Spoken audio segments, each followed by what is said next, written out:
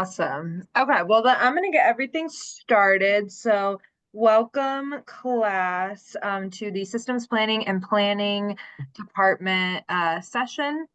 I have been requested that we move you guys from the participant attendee to more of a panelist position so that way you can have more of an interactive time with your presenters. However, when I put you into panelist mode, please, if you are okay with being an attendee and you just don't want to interact in that way, absolutely fine. You can decline and then you can still stay in attendee mode. The question and answer box is still there, so you can ask questions at any time. Do not feel like you need to put on your camera, but if you'd like to, that is also totally fine if you're going to come into participant mode. And yeah, so I'm gonna go ahead and start adding you guys in, and then Jasmine is gonna kick us off. So Jasmine, go ahead, and then I'm just gonna already start putting people in. Perfect. All right, so bear with me here while I get set up. Um,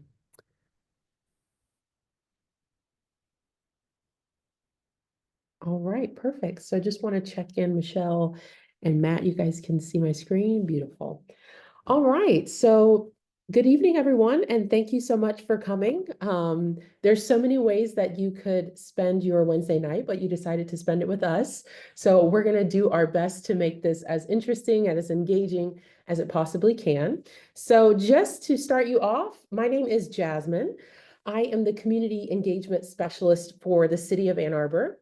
I work predominantly with engineers in the systems planning unit, but you can find me kind of anywhere. These days, everyone's wanting to get more involved in the community and hear more from the amazing residents that we have in Ann Arbor. So I've been pulled into departments like parks, wastewater, sanitary, anything you can think of, I'm there to help.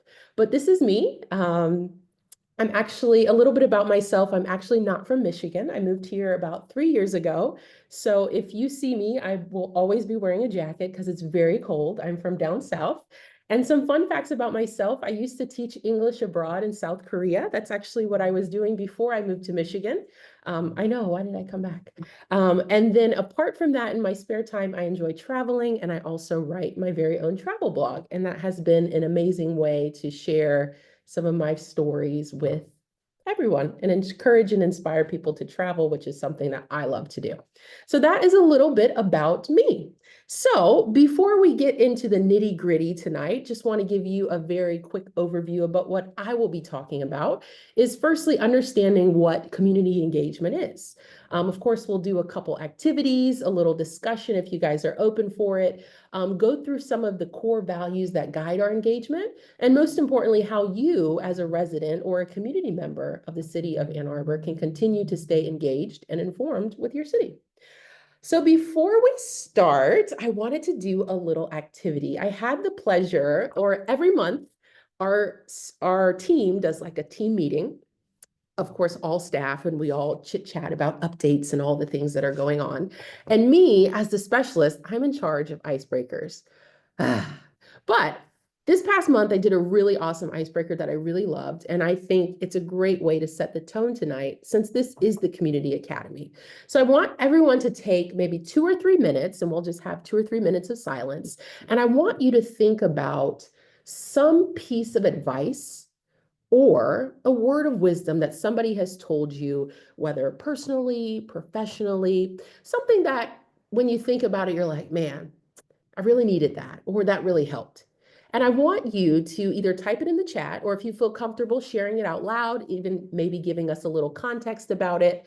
But this is a great way to take some of your wisdom and share it with members of the community, so then they also can take that wisdom out into their communities as well. So I'll give you guys a couple minutes at 6:35. So at 6:38, we'll share.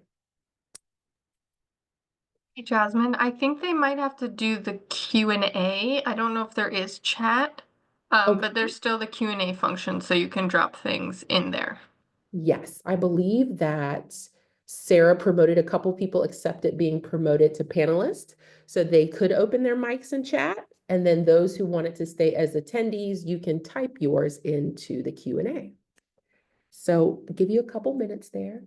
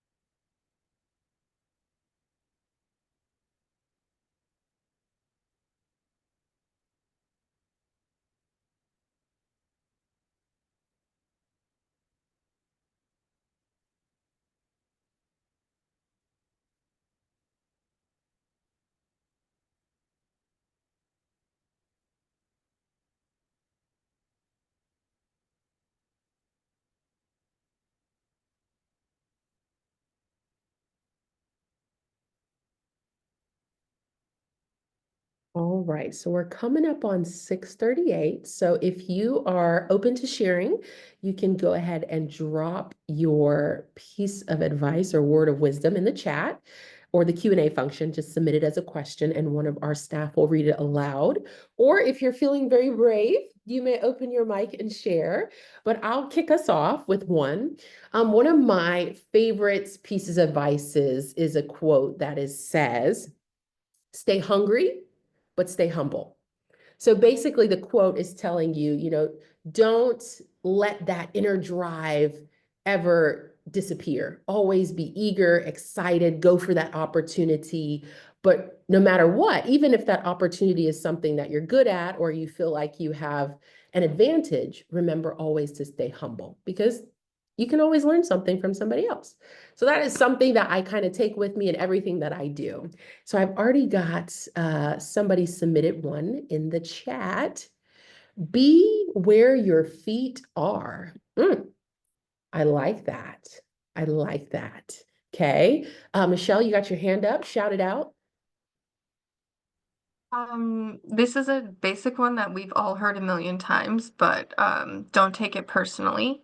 Mm. Often you're the recipient of someone's frustration. It feels directed at you, but it might not be. It's probably other things that have been going on in their day or, things that they're carrying along with them that might not have anything to do with you. Awesome. Thanks, Michelle. Okay, Matt, shout it out. Go ahead. How do I put my hand down? There you go. It's very similar. It's basically just kind of always put yourself in someone else's shoes when you're looking to react. Like think before you react, take a step back and put yourself in their shoes. Because a lot of times in our positions, particularly where we get upset residents or even developers or something, it always helps to see it from their side. They may be angry about something. And like Michelle even said, that isn't necessarily even directly related to what we're dealing with, but take a step back and kind of don't escalate. And I think that's been a rule that served me well in dealing with in many situations, personally and professionally. Awesome. Thanks for sharing, Matt. Erica, I'm gonna throw it to you. You got your hand up. Go ahead. Yeah, I think it's attributed to Mark Twain, but something about if we were supposed to talk more than listen, we'd have two tongues instead of two ears. Okay. I Yeah. like that. Like that. Okay, Sarah, I'm gonna kick it to you. I have a less romantic one. And very early on in my professional career, I was told to befriend the attorneys on staff, and man, has that helped me throughout my professional career. I bet. Oh my goodness. Very cool. Laura, go ahead. Oh, you might have Sorry, to mine is also like I guess practical, but a community events director in my city where I used to live said one of the best pieces of advice she could give was to look around and ask people what they're already doing and what is already being offered in the community before you go and want to start a new thing.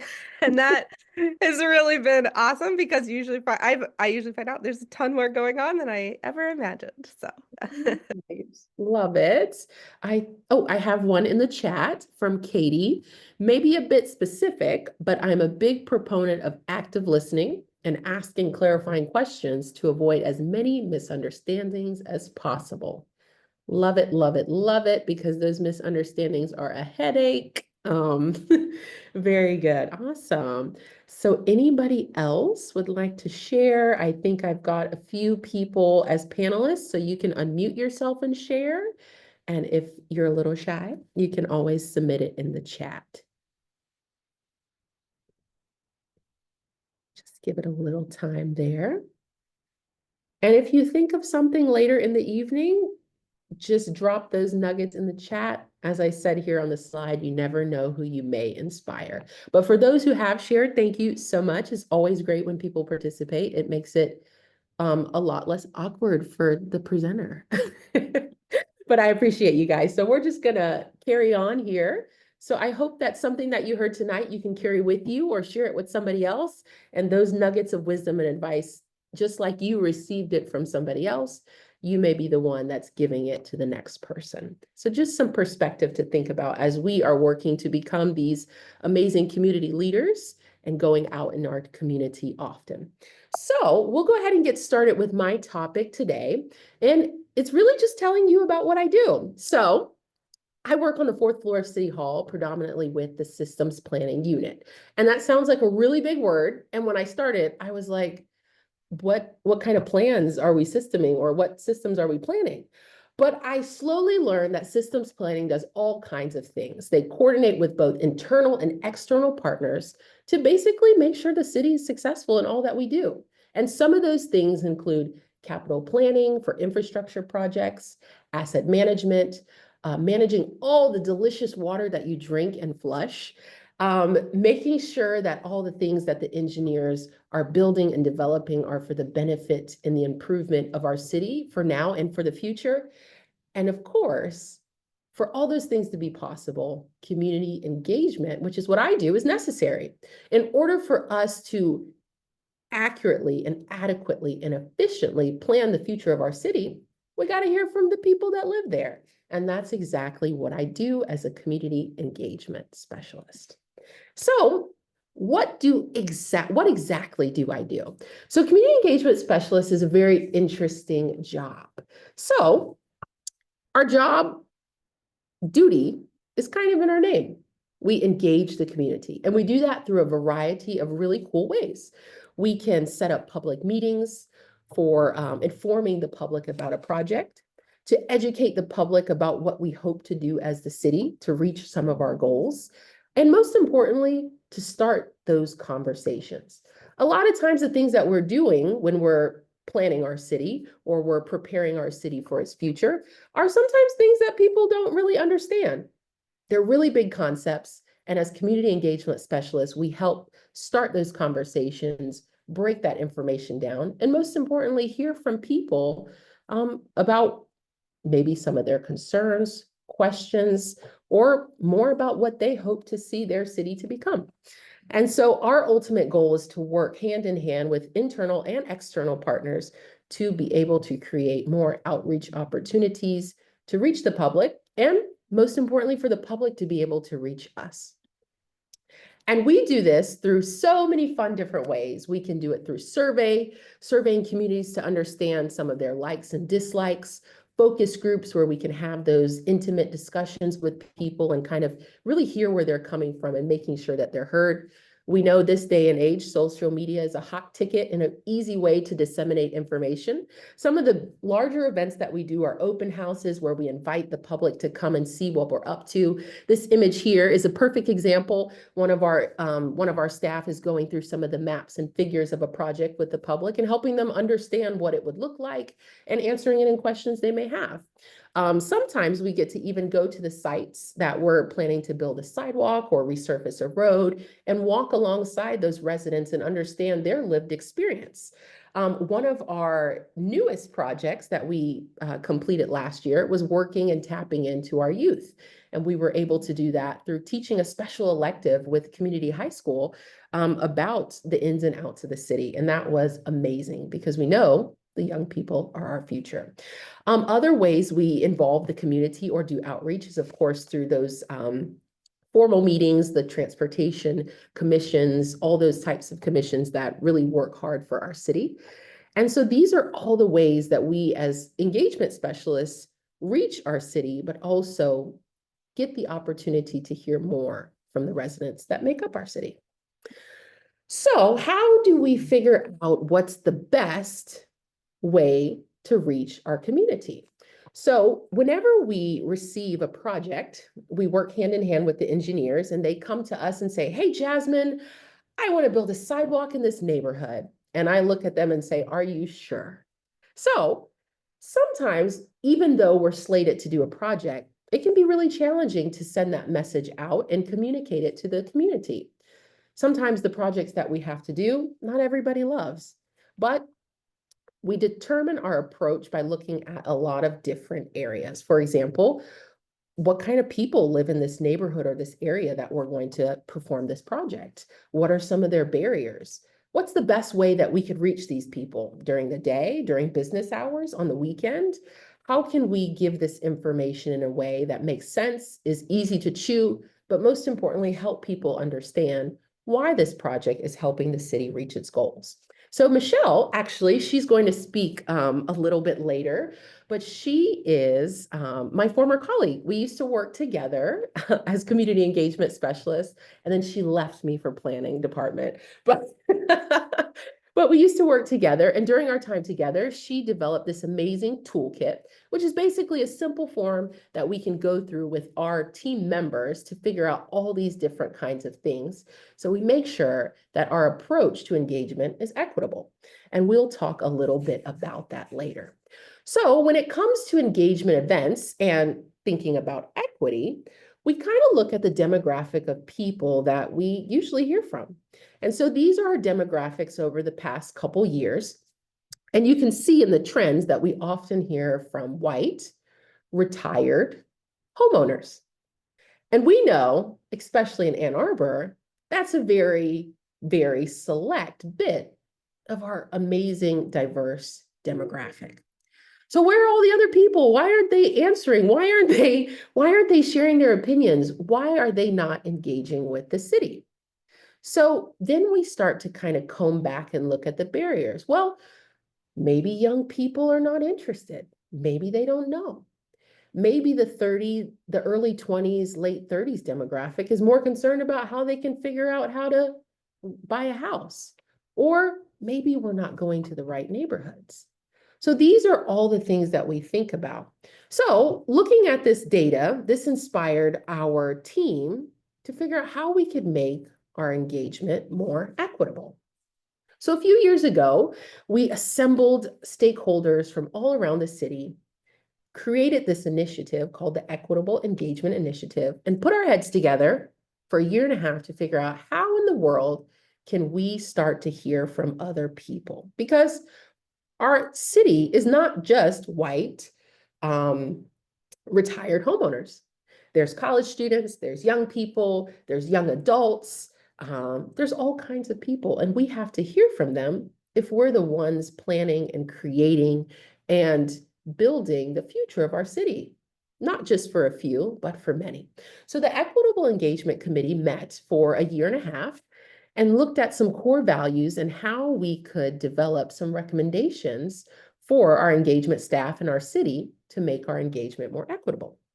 And they came up with a variety of things: reaching the youth, creating an amazing centralized location where people can browse through projects and know what's going on in the city.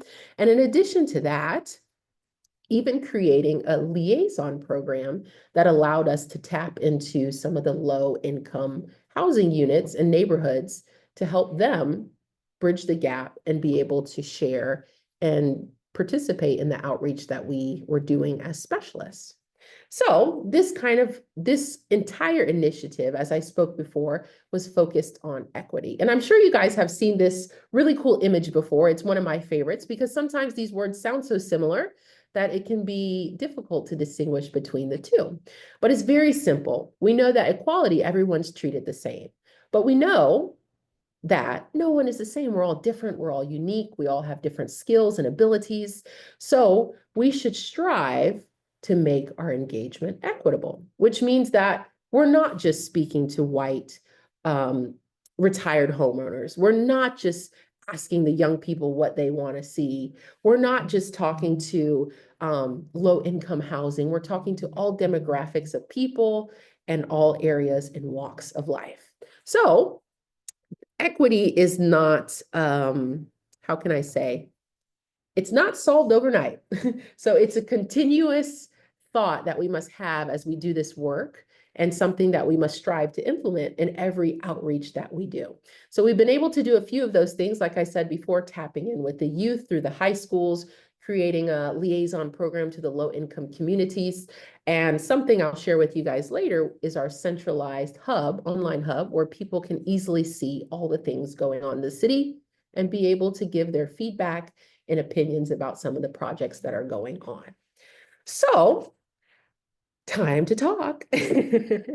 So, I want to know, I actually don't live in Ann Arbor. I live outside of Ann Arbor, but I've been working in Ann Arbor for about 2 years.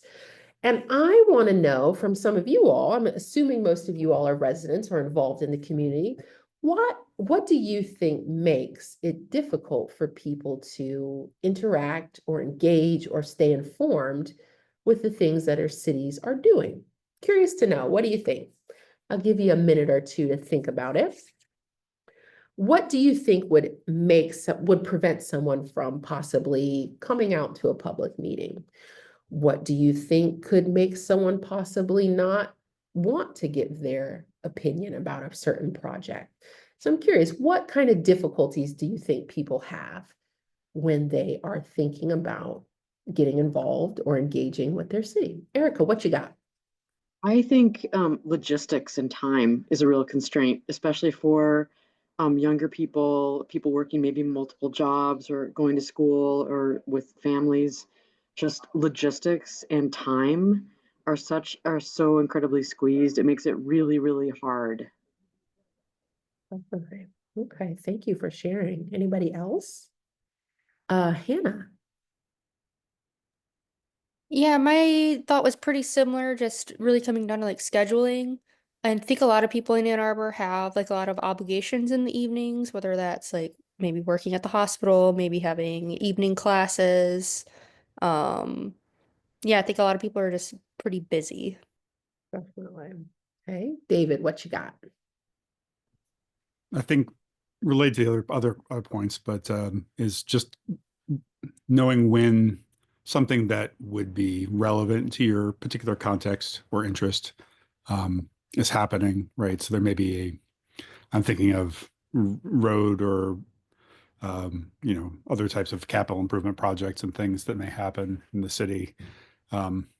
Being aware of what's happening nearby that may be something you feel strongly about, being aware of those things as they occur, even though there's some great tools around kind of notifications for things that are happening in the city and other things, it's just sometimes hard to kind of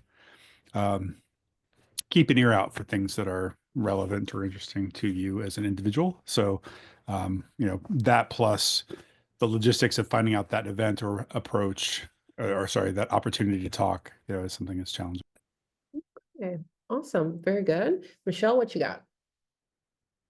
I would say at our commission meetings, the way they're set up, I think it can be super intimidating to walk up to the podium. Often they're televised, often you're at a mic speaking up to the dais of 9 to 11 people. If you are kind of a more reserved person or introverted person, I could see how, even if you get yourself to the meeting, that you might not feel comfortable going up in that setting to share your thoughts publicly. There are, you can send in emails or call in hybrid, but I do think that the setup is a bit intimidating. I never thought about that, but because obviously in our roles, we're always presenting and speaking, but for just any person, that could be super intimidating. Thanks, Michelle. I've got one in the chat from Katie, recent grad student here, a grad student. She says, really sharpened my time management skills and definitely in favor of focusing on my classes grades over engaging with the city government. Parents, especially new ones, there's perhaps a sweet spot to engage with them during school hours, but that could still be tough. Thank you, Katie. Appreciate you. And congratulations on graduating. Let's see. How about Laura? Yeah, I appreciate what everyone has just said, and Katie, and I was thinking also, for me anyway, I don't think I had any civic education about local politics and getting involved locally growing up. Like in my high school, I remember taking government, and truly when I graduated, it was not, I just was really focused on my job and work and finding a job and housing and all these existential immediate things, which had I known how to be involved in city government and what was going on and following when council meetings were, I would have been a lot better off and informed. But I think just it wasn't on my consciousness, and I see it in the students that I teach. When if you mention getting engaged, like politically or civically, the first thing they think of is like the federal government, like national politics level, and I think that conversation for me, I do share some of the things somebody else mentioned about like it can be really, I think, Michelle, like intimidating to go up to the podium or things like that. And when I don't have a context of having grown up with family who did that or took me with them or a teacher who said, we do this, there's a little level of intimidation. So. Super, super valid. Thank you so much for sharing. And I think exactly what you said was the reason Michelle and I were passionate about creating that youth class. And we had a set of 12 students, and from beginning to end, I mean, every time we had a class, they were just amazed, like, whoa, like this is what's happening 2 steps, 2 blocks away at City Hall. This is what I could, do. This is how I could be involved. So I do think, educating the youth is definitely a key, especially if they're our future. So thank you so much for sharing. I'm so passionate about young people. But yeah, thanks everyone. It's always best when people share. It just really makes the conversation so great and worthwhile. So I appreciate you guys. Keep it coming. If you think of something else along the way, feel free to drop it in the chat. So we've pretty much seen that it's kind of difficult to know what's going on, to see what's going on that's actually affecting you directly, because we know that people get a little bit more interested when they know it's on their street. That it can be intimidating to share your thoughts and opinions in front of everybody. And not only that, just the basic education to know that, hey, at City Hall, these are the things that are happening. And this is how I can use my voice to, make it go in a different direction or weigh in on some of the things that are happening. So it's definitely difficult for residents to engage, but also for us to think about these difficulties and figure out how can we overcome these things to make better pathways and make it easier for people to engage, but for us to engage with them. So another question I want to pose to you guys, my last question here, when people decide to engage, we hear a lot of times, how people feel about politics and government, but sometimes people feel like, oh, you're just giving me a generic answer. You don't actually really going to listen to me. I don't think what I say matters. So we start to think, well, we don't want people to feel like that. We value your input and we want to be able to use it. And most importantly, for you to feel like you can be heard. So how could we make engagement equitable, but also authentic?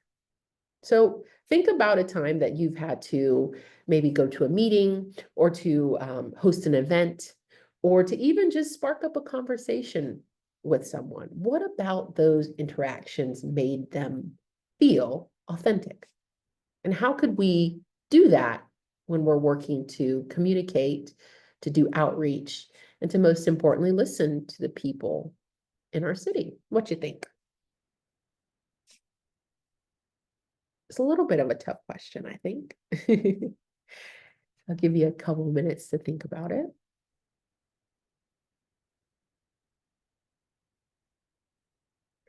Or let me pose a better question to you.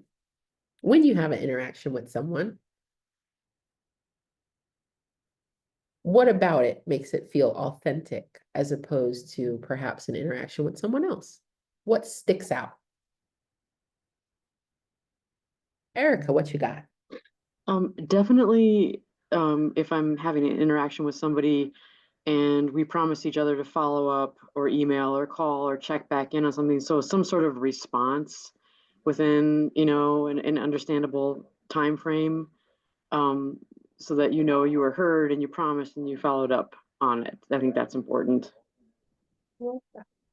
I'll take that a step further. I know for me, through my work, if somebody emails me, a resident or something, and they, have a complaint, and then I'm able to help them, I feel like sending back that thank you, like that small little thank you, or like, hey, I appreciate you, sending in your question.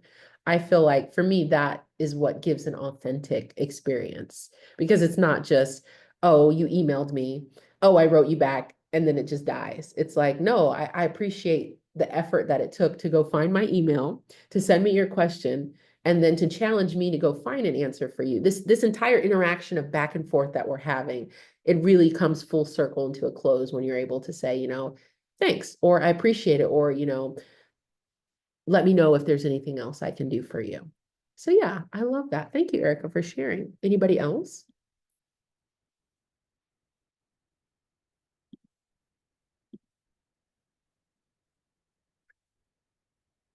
If not, that is okay. So very good. Thank you, guys. So all in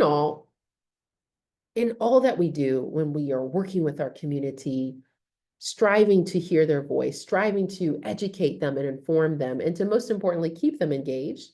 I think I had a inquiry.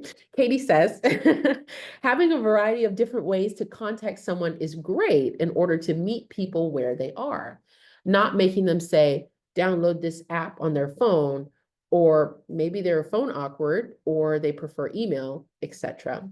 Love that, Katie. That is very true. I actually have a quick story to share. Today, I was working with the water resources manager, the water resources coordinator, Jen, and we are starting this project called the Stormwater Comp Plan.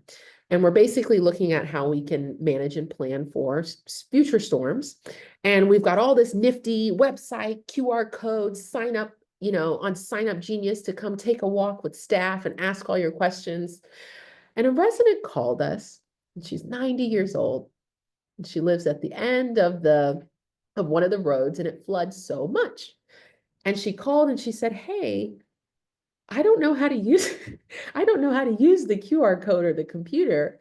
So I've been calling, and I don't know how to email either, but I just wanted to tell you that, this is some of the reasons that my property floods, and is there anything we can do about it? And Jen shared that story with me today, and I said, oh, wow, I didn't think about that. Sometimes we think that everybody just knows how to do what's the latest and the greatest. But if we're really striving to make our approach equitable and to give everybody a fair chance to weigh in and share, we have to think about those things too. What if I don't have an email? What if I don't even have a smartphone? What if I can't afford a smartphone? What if I don't have access to consistent internet to get that reply? So that gave us a little perspective today on our project. And we said, all right, well, we're going to sign her up for a slot, and we're going to make sure that we, change our approach, because some of these people, some of our residents, they may not be able to do all the neat things that are out there now. And we want to make sure we hear from all of them. So multiple means of communication and meeting people where they are. Matthew, what you got? I just want to add a similar story to that. I think relates to the authentic experience and looking towards our audience, is that we, in planning, we've automated and allowed, in many ways, improved our processes to allow full electronic submittals. So developers, people don't have to come to the counter anymore. You can submit everything electronically online. And we thought we were doing great things because it's faster for everybody. But that includes all of our development items. And as people will hear a little later on, we do more than just site plans. Annexations was a good example where we had an elderly lady as well, where we had all of our things are online now. And I don't know if anybody stopped to think, but when we had the communication from her, right, she has no email. She doesn't, so she had no way of uploading information. We took all payment electronically. So she couldn't do that. So I think that's a good way of phrasing that. In a way, we were looking to improve our communication and our experience for everybody. And we did, probably for 90%, but there's still people out there that need a different kind of experience. So that was enlightening to me, that say, like, because we're all happy, everybody's great. It saved a lot of staff time, it saves developers time, it saves people time, but it doesn't necessarily reach everybody in the best way. So we've had to tweak our process a little bit to realize that not everybody is electronic, or maybe not everybody wants to be. Frankly, I'm one of the people that want to be less involved electronically. So I think it's a good example that it does improve a lot of ways, but it's not for everybody. That's true. And that is a perfect example of, equality and equity. One thing doesn't work for everyone. And if we're striving to hear from as many people and as many demographic as we can, then we have to tweak our approach. Erica, what you got? I have a random question, and it kind of ties to what Matthew just said. But I used to live in New Hampshire, and actually I've lived in 18 states. And in New Hampshire, they still had town meetings. Literally once a year, everybody would get together in one place, or try to.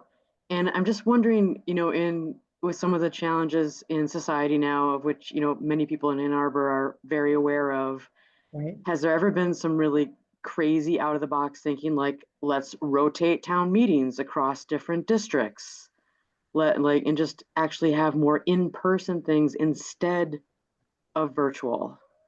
That was my crazy thought. No, I mean, I think that COVID spoiled us and we got comfortable behind the screen, and behind the screen is not authentic. As much as we want to feel like it is, it's not. Those face-to-face interactions matter. Those handshakes matter. Those head nods, that eye contact, that I'm taking notes while you're talking and you're seeing me write it down. It matters. And so I think that's a really good idea. A little bit above my pay grade, but I will definitely keep that suggestion in my pocket and pass it along. But you're right. I think that the face-to-face is where it's at. So hopefully in the future, I will get to meet you all in person. I really wanted to, but we had some space constraints. But you're right. I agree. And thank you so much for sharing that thought. So yeah, so it's so important to make an authentic experience, because not only does it generate better conversation, I think it also changes the entire attitude towards something that perhaps maybe you didn't necessarily love, but knowing that you're heard, it's like, you know what? I said my piece, they listen, I'm okay about it. So thank you guys. So that is our goal: authentic, engaging, and equitable. So when we think about community engagements, it's not just something that me and Michelle made up a long time ago. There's actually organizations out in the world that work tirelessly to establish these standards for community engagement. And one of the organizations that we work with, or that guides us, is IEP2. And so I'll share with you guys a little bit more about them and their core values. So it's an international community engagement focused organization. And really, they help promote, support, and give guidelines and standards for all types of organizations and entities that work in the community and work to retrieve feedback from their community. So the International Association of Public Participation, it's a nonprofit, global, and it's dedicated to providing resources and training and just really supporting specialists across all sectors, across all fields, of how we can reach this goal of creating equitable, engaging, authentic outreach. Because ultimately, those three things help us to generate the input that we need from our residents, so we can have this collaborative approach as we work to, build and plan for the future of our city, and most importantly, reach our goals. So, when we think about engagement, IEP2 defines it simply as any process that involves public input to problem solve or make a decision. And this is really important, because sometimes at the city, we get an inflow of all these projects and all these engineers asking us, well, I need your help. I need to do community engagement for this project and for that. And we have to say, whoa, whoa, whoa, whoa, whoa. Do you need to engage the public or you just need to inform them? So sometimes those two items get very messy because we can go to a group of residents and tell them, hey, I'm coming to your neighborhood and I'm going to build a sidewalk and I'm not really taking input. And then our team or our engineers may say, well, I engage the public. And it's like, no, engagement involves listening to the public and getting their input in order to solve a problem or make a decision. So there's a very distinct difference between informing someone and letting them know, hey, we're going to, resurface your road in the next couple weeks, expect a couple traffic delays, maybe expect some dust, as opposed to, hey, we're trying to figure out how we can make this street more safer. What kinds of things happen on this street? Have you guys ever had any issues? What do you think we could do to try to make it safer? What do you imagine the street to look like if it were safer? So very different between informing and engaging. So this is the engagement spectrum according to IEP2, a very simple flow to follow. Again, informing is on the top of the list, and basically letting people know that a project is going to take place, can consult to kind of get that feedback and look at a decision. We get involved with the public throughout the entire process, step by step. My favorite one, collaborate, because we want to work together with our community. And last but not least, but most important, to empower. Some of the things that you guys mentioned earlier in my presentation about, feeling maybe a little bit nervous to share those thoughts and opinions, maybe not really knowing what's going on. We want to empower our residents and our community through these engagement opportunities to then come back and engage with us some more. That's our hope, that when they have these positive, authentic, equitable, and engaging experiences, they'll be empowered to say, you know what? I was able to help make my street safer in my neighborhood. What else could I do at the city? Let me go figure out how else I can get involved and share my voice to make a difference. And most importantly, to collaborate with my city for its future. So this is our spectrum and how we hope our flow starts from beginning to end. So these are some of the core values. I'll just go through these very briefly. I think they're quite understandable. So give me one second. I just want to move you guys to the side.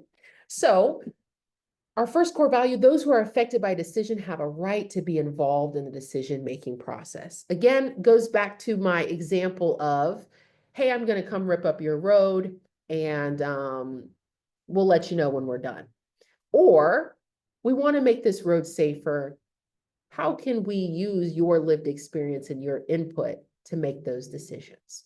So it's important that anytime there's a decision that needs to be made that that the public has influence on, we want to be able to give them the opportunity to share their opinion. Because let's face it, nobody likes to be told what to do. And nobody likes to be told that, hey, we made this decision and we didn't even ask you about it. And those are the things that we want to avoid if we're trying to create these equitable and authentic experiences. Our next value is public's contribution will influence the decision. We never want to take public input if we're not going to utilize it in some way. Your time is valuable. Our time is valuable. There's no reason to ask you for input on something if we're not going to treat that input and use it as a factor as we develop and work toward creating whatever this project may be in its end result. So it's very important that we're conscious and aware that the input that we're taking is like a treasure. We have this treasure and we're not going to let it go to waste. Next, we want our engagement to promote sustainable decisions by recognizing and communicating the needs and interests of all participants, including the decision makers. So simply put, it's important that we understand the community that we're working with, the residents that we're involved with, the neighborhood and how it is, its flow. Wherever it is that we're working, we have to make sure that we understand the needs of that community and make sure that our interest aligns with the needs of that community. For example, perhaps a certain road has a very high rate of incidences of unsafety. How can we make that safer? We know that community needs a safer road. Next, we seek out and facilitate involvement of those who potentially affected by or interested in a decision.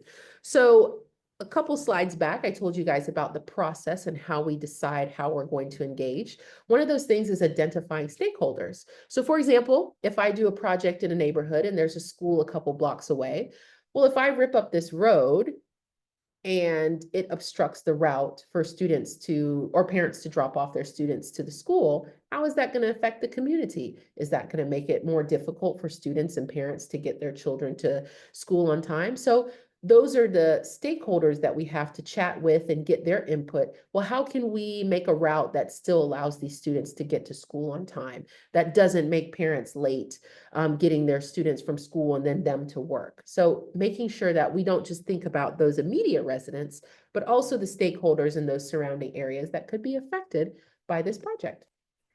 Next, we seek input from participants in deciding how they participate. So it's important that obviously as a team internally, we come up with ideas of how we may want to engage the public, but it's also important sometimes to ask the public, well, like, what would it look like to you if the city wanted to chat with you about some of these options or some of the input that you have?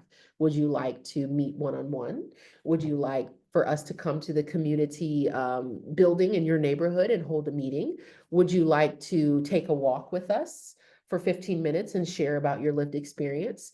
We can't always assume that the engagement technique or route that we take is going to work for the people that we're working with. So we have to meet them where they are. And next, we provide participants with the information they need to participate in a meaningful way. So before you can really give your input on something, you kind of have to be educated about it. It's hard for me to give a really good piece of input or comment if I don't fully understand the scope of a project, its goals, the reason why we're doing it, how long it will take, what it will look like. So it's important that we give those informations plainly and simply so people can be like, all right, I know what's going on. And, this is how I feel about it. Or, I'm seeing a problem here. Let me share it. So it's important that we engage, but we also educate. And our next value is communicates to participants how their input affects the decision. This is super, super, super duper important.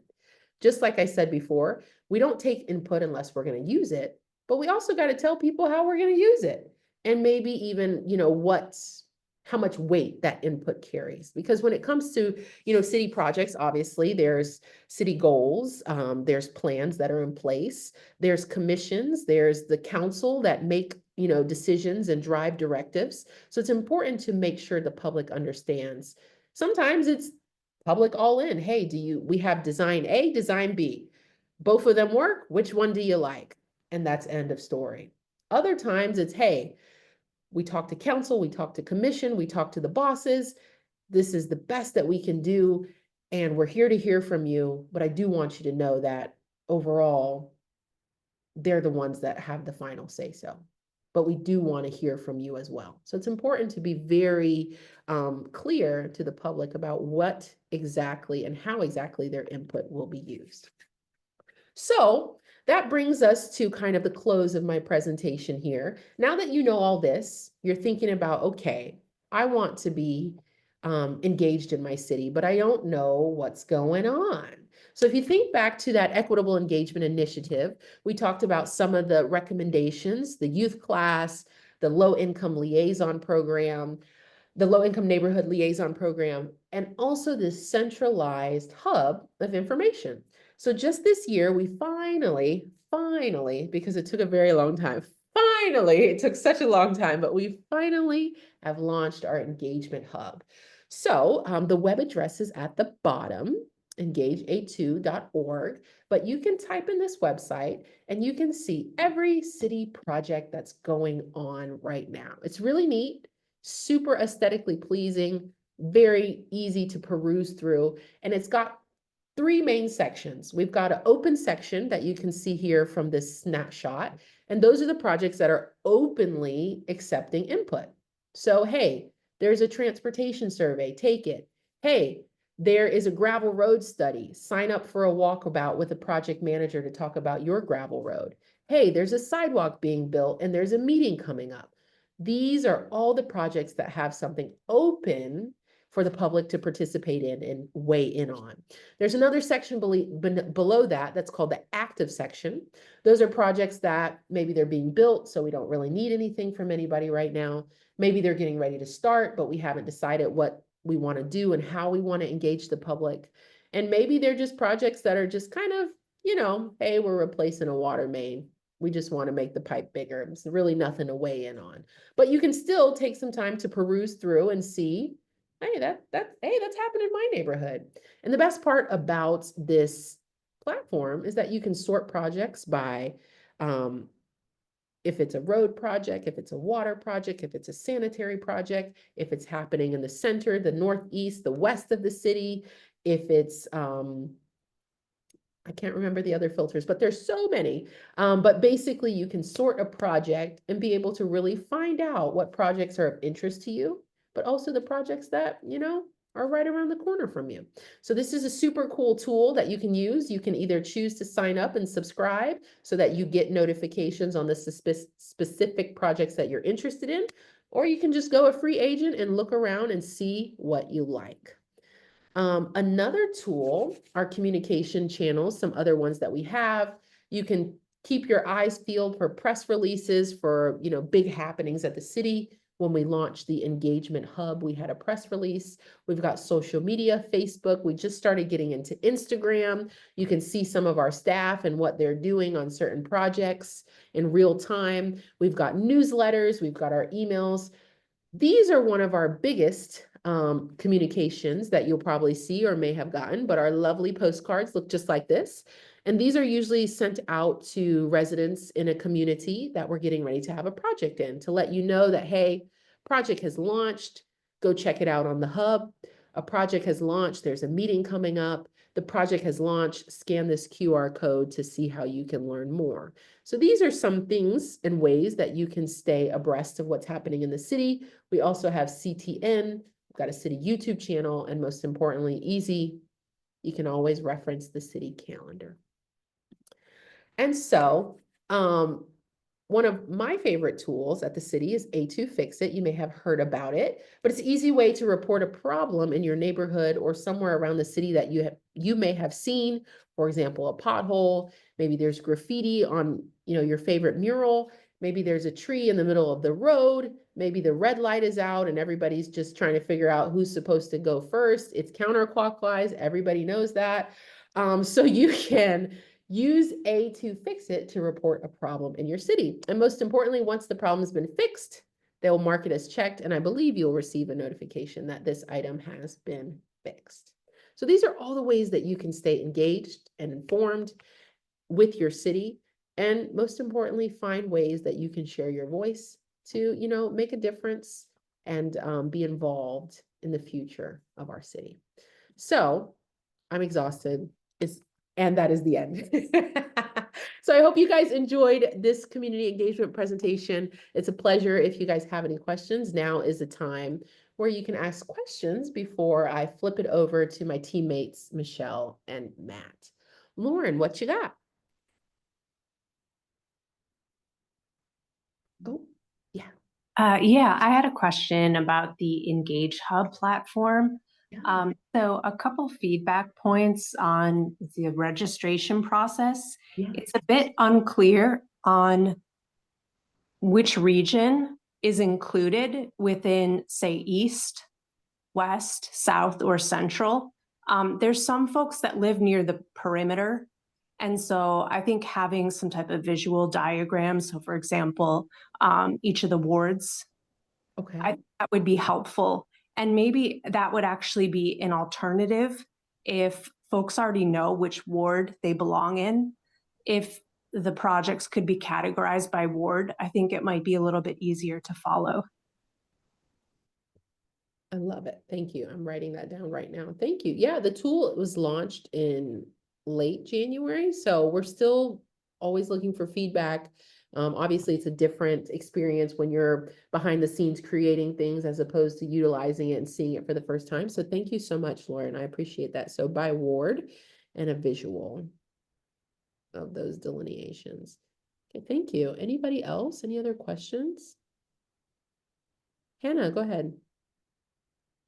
Yeah, I see that this platform is all about like projects. Mhm. Is there a centralized place for people to see proposed ordinances and give public feedback about any ordinance coming up on the docket?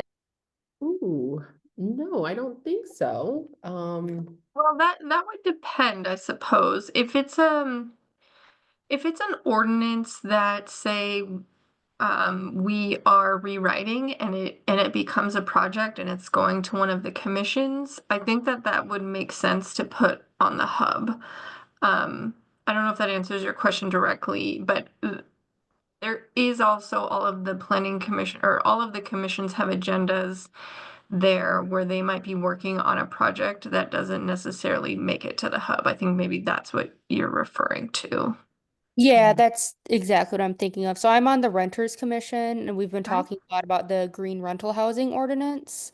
Mhm. So I was just wondering, like for stuff like that, where yeah, like maybe more people would want to do, like have input, but maybe not at a Renters Commission meeting. I Yeah. was just wondering if there's like a website already for that that I don't know No, about. that is a project. I would have to reach out. Who's your staff liaison to the Renters Commission? Because I can talk to them about getting that project potentially up on the hub. It's Kristen, it's our office. Oh, okay. Well, then I Yeah, can talk to Kristen about that. That I think is an example of something that could go on the hub. right. Great, And thank you. since the tool is still fairly new, I think sometimes people don't automatically think about it. So this is, I mean, you bringing this up now is a great way for us to tap in with Kristen and her team and be like, hey, if something that, is quite influential and that people want to weigh in on ordinance wise, like you can throw it on the hub. So just continuing to build those bridges and finding ways where we can tap into all the different departments and areas. So thank you. That's awesome. That would be really cool. Okay. Sarah, I thought I saw your hand up. Oh, I was just gonna say that Legistar is like the public facing whatever is being discussed at really any thing commission based. And so if a commission is proposing an ordinance or working on it and it has been on an agenda, there's a legislation tool that you can click on to then go and see all ordinances that are either already been passed or they're currently in production with whatever commission or council. And that would be probably the closest to what you were saying, Hannah. But that being said, that obviously doesn't have the functionality of like that feedback from the public. So, but I know that a lot of people don't know about Legistar, so I'm gonna throw that out there now. Legistar exists, and it has all of our whatever anything that any commissions are working on. It's on that page. Perfect. Thank you. All right. I think that's it. I can take it from here then, if there's no other questions for Jasmine. Okay. I'll go ahead and share my screen and I can get us started here.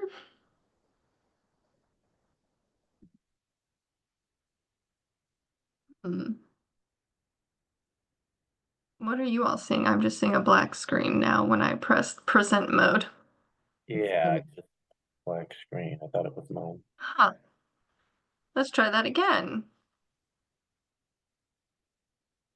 Wow, the screen's gone completely black. Here,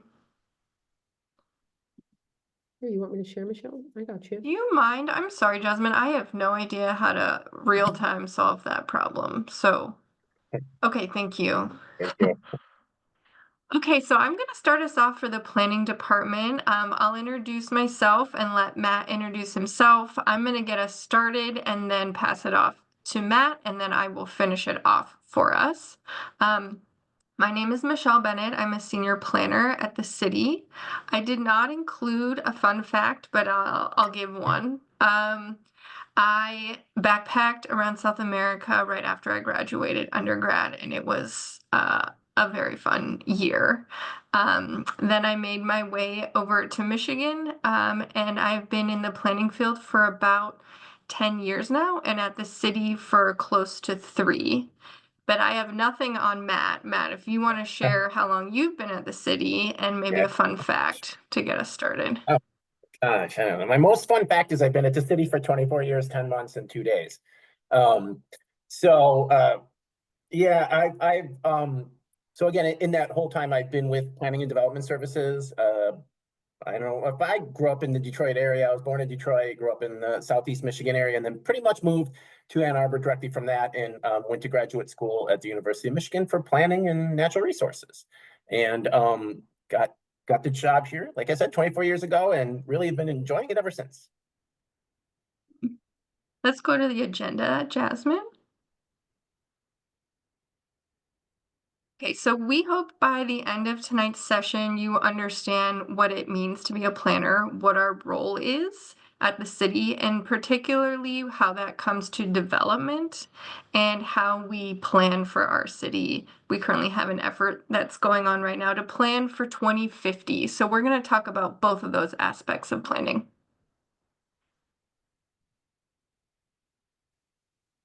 Okay, I included this slide because when I tell people I'm a planner, first they think I'm an event planner. Then when I say no, I work at City Hall, they say, "Oh, are you an architect?" And I say no, and they say, "Oh, you must be a civil engineer." And I say, "No, I'm neither of those." We all work together though, so I'm going to try to distinguish between these fields.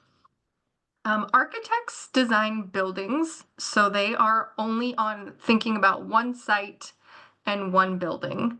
They often need engineers to help them make sure that those buildings are structurally sound.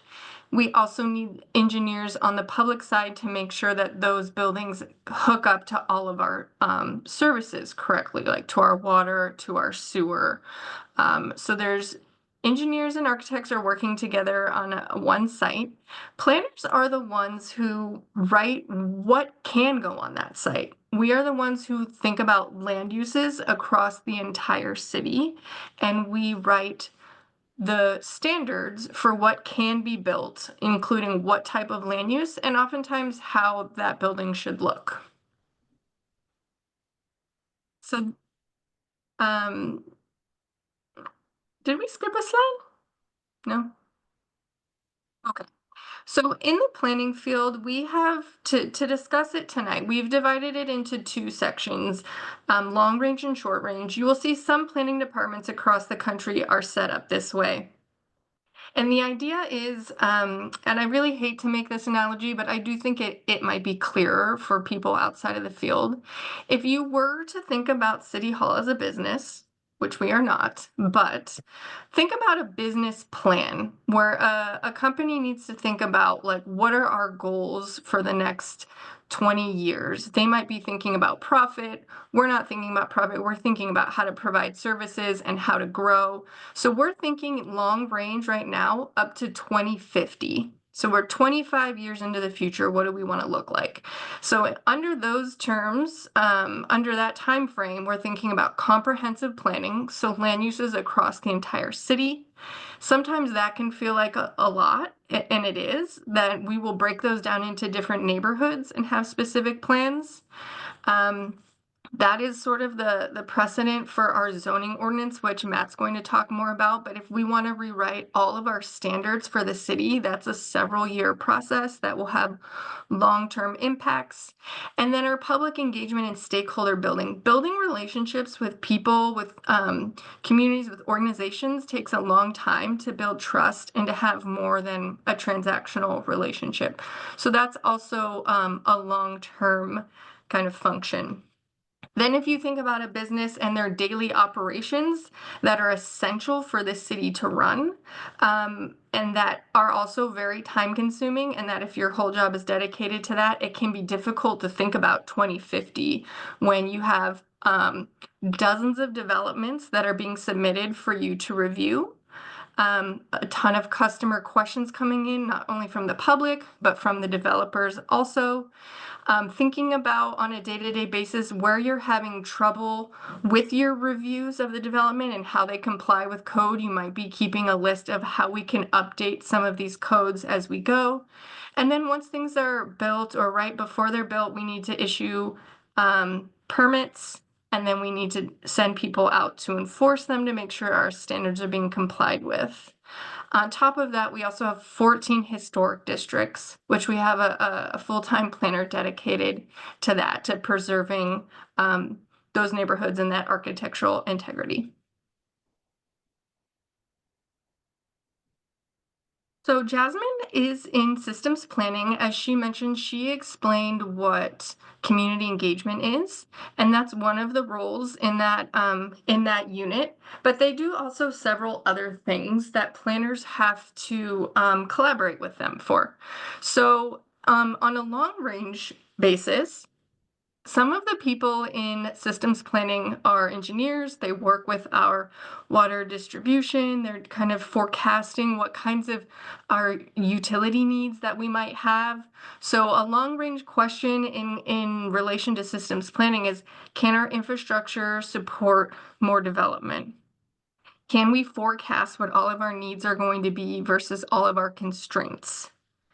On a short-term basis, when developers submit, new designs for a building, that has an entire process that Matt's going to talk about. And so he's the facilitator, the project manager of that, and he has to route those through several different departments at the city, one of which is systems planning. And they help to review stormwater regulations. If things are in the floodplain, there's a different set of regulations, and then utility hookups as well. So like I was saying with civil engineers, new buildings have to be able to connect into our systems. And then we also thought we could try to explain this distinction as well with long range and short range planning between the different types of questions that we have to answer and that get asked to us by the public or our commissions or council. So again, long range thinking, if we're thinking for 25 years, some questions that we're currently contemplating or hear from the public is, how are you going to protect our tree canopy for the next generation? We are a tree city. We're developing rapidly. How are you going to protect our trees? How do you work with the University of Michigan when they have increasing enrollment and acquire land? What's your long-term strategy to work with them? And then affordable housing is top of mind. So an evaluation of our policies and how we can change those to meet some of our longer range goals. On a shorter range, some of the types of questions that come in are people want to know, if they buy a property, what can I legally put in this building? Can I put a cafe in here? Does it have to remain a residence? Can I switch uses from what it was before? Residential properties, people will call in, they want to know if they can put an addition on their home and what the requirements will be. How tall can my fence be? Where can I put it? And if I have a specific concern, who do I go to talk to about this? So those are more immediate concerns that we need to help people out with. And so they come in quicker, almost on a daily basis. Okay, so with some of those development questions that come through, Matt's going to talk to you all a little bit more about the process of reviewing a site plan. Thank you. Okay, so we're going to kind of back up and take a little bit of a higher level first, and then we're going to go into kind of our details of our site plan review process. So basically, what boards do we work with as a planning department? Excuse me. 90% of what we do, the majority of what we do as planners in the planning department ultimately needs approval from one of these boards. We have very little that's approved directly by staff. So really, I'm going to start with one of the main board that we interact with the most often, which is the Planning Commission. Planning Commission oversees development review, which includes site plans. It includes annexations. It includes even rezonings that go along with development review, code revisions. That's, again, it was mentioned kind of before that we look at code revisions. Code revisions can start in many different, they can start many different ways. Typically, planning commissioners can planning commission can direct staff to work on code revisions. It can also come from city council, which I'll touch on in a little while. But all code revisions, ultimately, they start with staff. They start with the staff process, staff research and analysis. It'd go to planning commission. Planning commission is only a recommending body. on code revisions. And the city council has the final authority whether or not to approve those code revisions. A work program under the planning commission, that's exactly kind of what it sounds like, is what does the planning commission want to work on in the next year or two? What are their goals? A work program can include everything from code revisions to maybe changes in our process, into even different design standards that we may use in our review process. So all these things are in the work program, and really where they want to focus some of their energies over the next year or two, as I mentioned. And again, sometimes it may be more specific drivers towards affordable housing. We want to focus our work program, or natural features. So those, again, give staff the direction and ultimately planning commission to work on other items besides the development review. Because again, the development review, as Michelle kind of mentioned, that's just kind of coming in continually and takes up the majority of what we're doing. But there's also other items that planning commission staff feel are important for the city in general. City council has the final review and approval over all rezonings in the city. Planning commission, again, for rezoning is only a recommending body. Our city council also does approve any site plans that are coordinated with a rezoning. So if a site plan requires a rezoning to be built, that site plan has to go to city council for approval. Now, for fairly recently, within the last 5 or 6 years or so, we did revise the code. Previously, all site plans needed to go to city council for approval, regardless of the level of development on the site. State law, really state enabling legislation, we set the same standards. It doesn't require city council for site plan approval, and whether planning commission, city council, or staff are reviewing and approving a plan, we all use the exact same standards. We all have the same standards, which I'll show you a little example of in a little bit. So, but again, however, so in recent years, we revised the process to take some site plans only to planning commission for approval. Some very small site plans may be approved by planning manager. Larger site plans, as I said, with the rezoning, PUDs, things like that, ultimately need city council for final approval. Code revisions, anything that is changes in our ordinances or codes, and that goes for everything from the rental housing community to sustainability, anything. All code revisions and ordinances need to be approved by city council. Development agreements. Development agreements it's a contract basically between a developer and a city, and these are involved with some, not all of our site plans. Typically a development agreement is required for things like off-site improvements.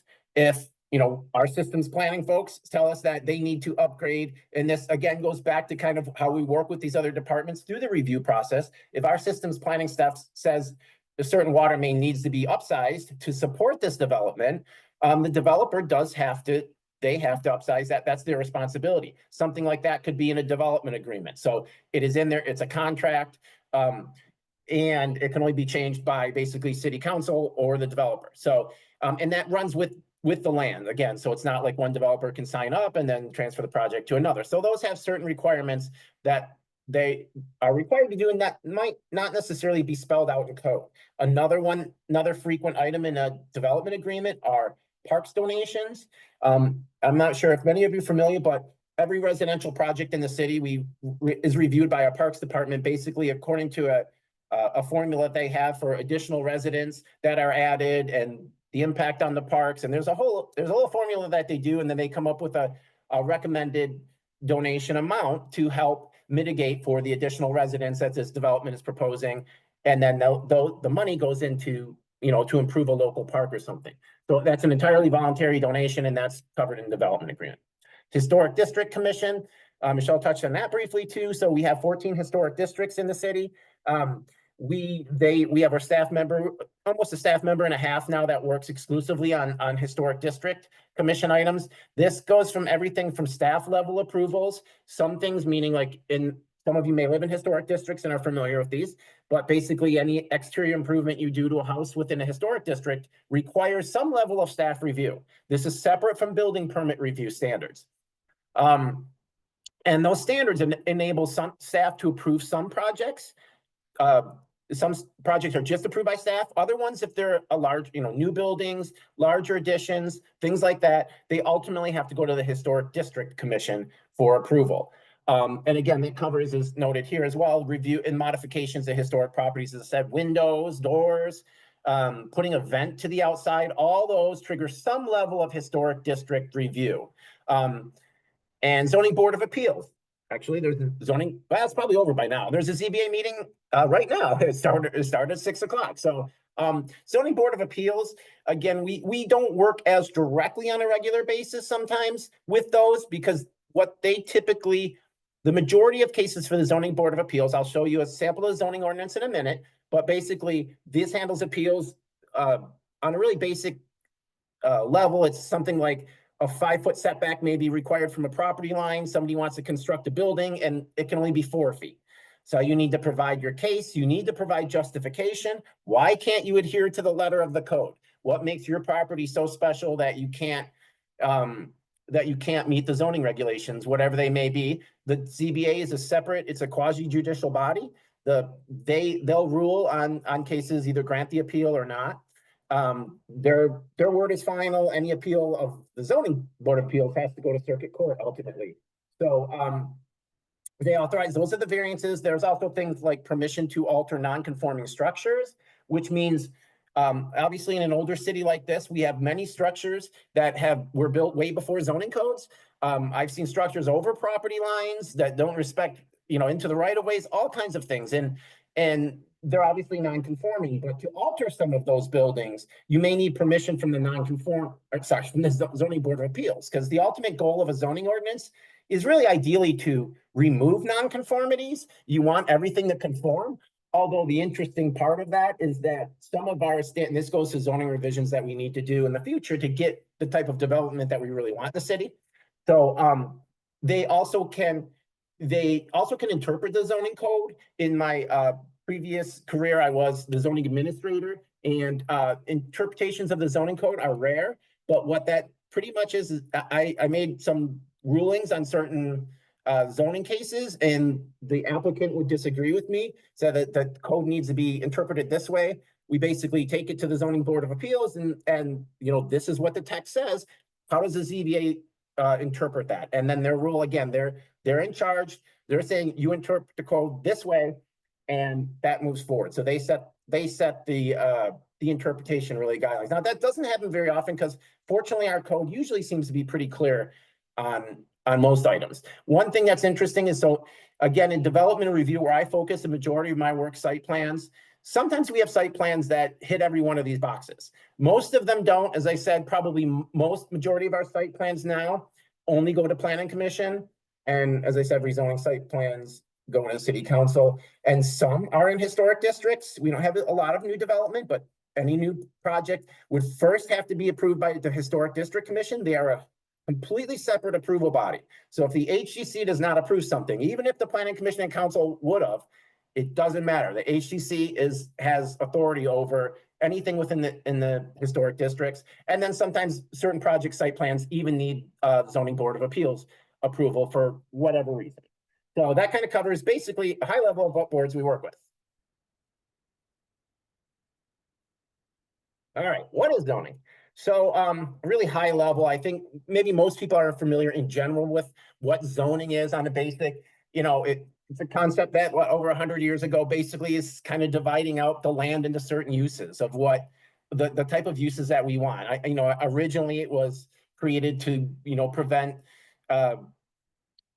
more toxic uses, slaughterhouses, things like that, from being placed right next to residential houses and things like that. So it's obviously evolved a bit since then, but in the city we have, and this is something that's is going to be very highly discussed within the comp plan process, as well as revising some of our zoning districts and the standards that we have.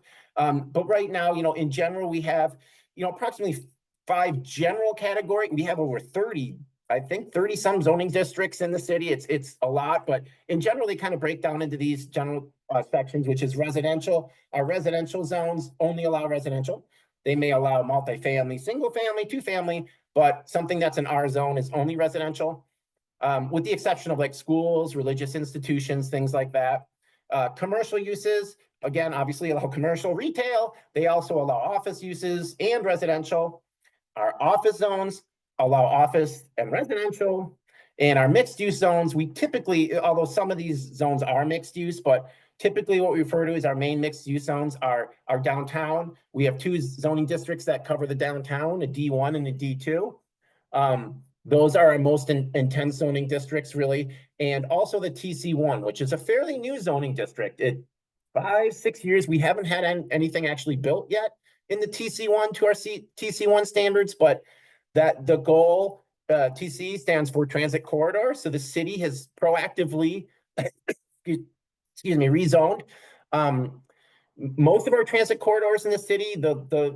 And these are streets that you probably are obvious, things like Washington, Plymouth Road, West Stadium, State Street, around Briarwood Mall area, areas that they have transit and that the city wants to encourage more density and creative uses to revitalize those areas to allow even greater transit and more livability in the city and help solve some of the housing issues that we have.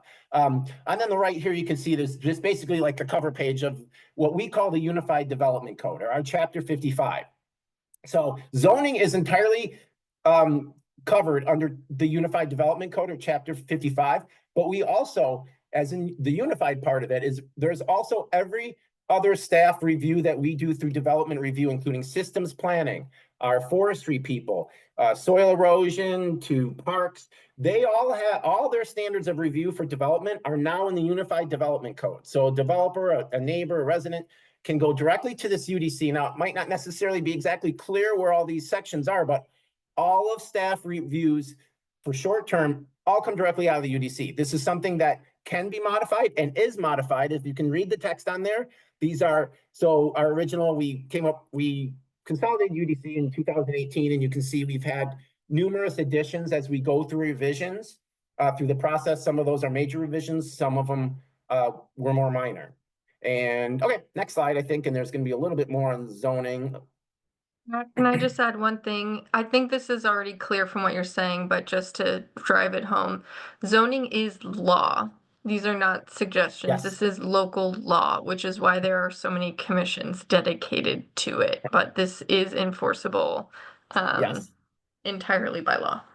Yeah, absolutely. No, thank you, Michelle. Thank you for contributing that as well, because and that's kind of different than the comp plan and that we've had that Michelle will talk a little bit more about later. Is the comp plan ideally is what do we want the city to look like, and what do we want the zoning to create basically on the long run. But the comp plan and land use plans, they're not law, they're guidelines, and it's policy, but it's not necessarily policy, but there's guidelines and ideas that we want the city to go. But zoning, as Michelle said, is the law. So and that's where, again, I will say in some cases, I know neighbors, residents, people have been frustrated with the way planning goes sometimes, and maybe in their neighborhood or other ways, and sometimes they're frustrated with us planners directly.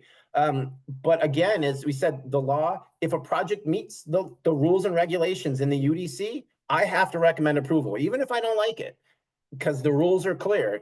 If it's there, we have to recommend approval. If it meets that, we don't. Now, rezonings and things, we have a little bit more ability to have some interpretation on there and opinions, and we work. And that's not to say we don't give professional guidance on all site plans as well, but there are basic parameters that they have to adhere to. Here's a great example of just one section of the code that gives you a really basic of kind of the starting point of almost any project is, these basic zoning tables. What this has here is floor area restrictions, which a lot of the city was covered under floor area and maximum floor area, the FAR, which would basically be like, say, 100% FAR floor area ratio would be a 1,000 square foot lot in a 1,000 square foot building. So 200%, 2,000 square foot, and so on. So, but in the downtown, we've recently eliminated the FAR. But there is still an effect for some zoning or minimum open space in residential areas. There's a certain amount of minimum open space that they have to leave in the development. Setbacks you can see in here, height, obviously, as well as in lot dimensions, minimum width, minimum area. But look again in this table here, you can see like some of the dimensional standards. These are things that the ZBA does have authority to grant variances. Okay, next, thank you. Okay, so again, This is just kind of one section that we also pulled out to give you an example of how we're working with other departments and how they contribute to the short range planning and development review.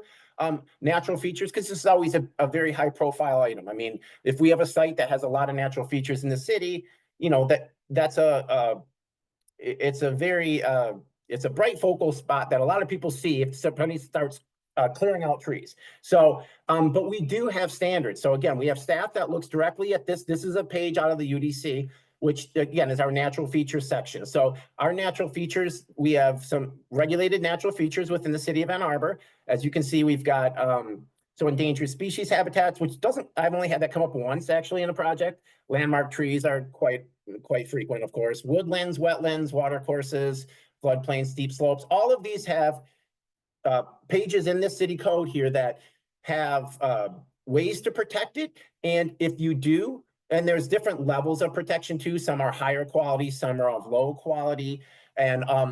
And then there's mitigation. So if you do damage, remove landmark trees or anything else like that, everything in this code also has mitigation. So for like landmark trees, if you remove a landmark tree, you have to mitigate for it, plant about half of the diameter of new trees. So that's the mitigation requirement. So you may be triggering a lot of replacement trees on a site if this site is heavily wooded.